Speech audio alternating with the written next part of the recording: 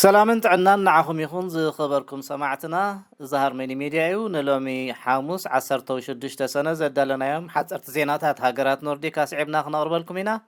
نمكتالكم ان عدمنا ارستاتهم كنقدم بوليتيكا شودن ابايتون كابايتو وصان كم زفلال تغليصو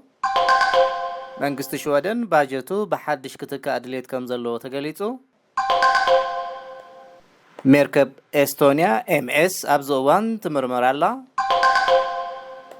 بيلاروساويان كاب امباسي شودن وصيام ارستا زينا خصوم صنيحكم كبرى سمعتنا زرزراتو نها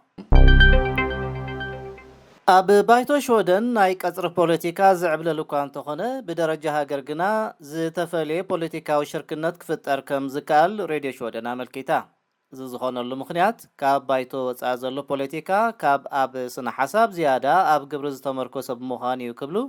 ፖለቲከኛታትን ከኢላታትን ይገልጹ ናብነት አቃውማ ናይቲ አብ ገማገም ባህር ባልቲክ ዝርከብ መምሕዳር ከተማ ሃርኖሳን ካብ ባይቶ ዝተፈልየ መሆኑ እቶም ከኢላታት ወሲኾም ገሊጾም መንግስት ሽወደን ባጀቱ አብ ባይቶ ከም ዝወደቕ ብምግባር አብ ቀረባ እዋን በሐድሽ ከም ዝትካ ከም ዝገብር ሚኒስተር ፋይናንስ ሚካኤል ዳምበር ገሊጹ ዝኾነሉ ምኽንያት እማመ ባጀት ናይዚ መንግስቲ ድጋፍ ማእከላይ ሰልፊ ስለዘይረክብ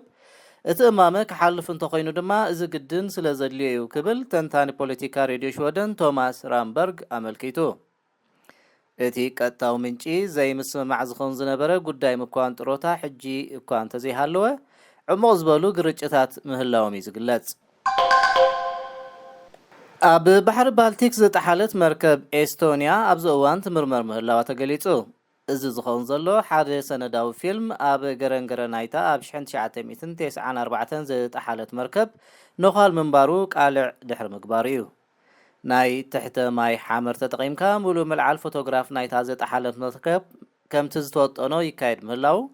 እንተኾነ ግና ቦርድ መርመራ ሓደጋታት ሽወደን ካብ ገረንገራታ መርከብ ሳምፕላት ወሲዱ መርመራ ናይ ምክያድ ውጥኑ ከምቲ ዝተሓስቦ ከም ዘይከደልዩ ዝግለጽ ዘሎ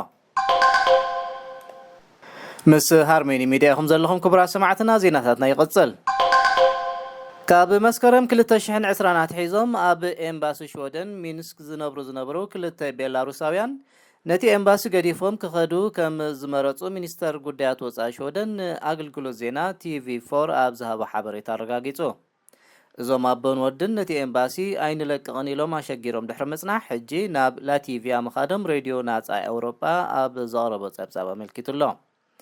ኣብ 2020 አንጻር መንግስቲ ቤላሩስ ዝቐንዐ ህዝባዊ ሰልፍን ተቃውሞን ይካየደሉ ኣብ ዝነበረ እዋን እዞም ኣቦን ወድን ናብ ኤምባሲ ሽወደን ብምኻድ ዕቁባ ሓቲቶም መንባሮም ሬድዮ ሽወደን ዘኪራ ኣብ መወዳእታ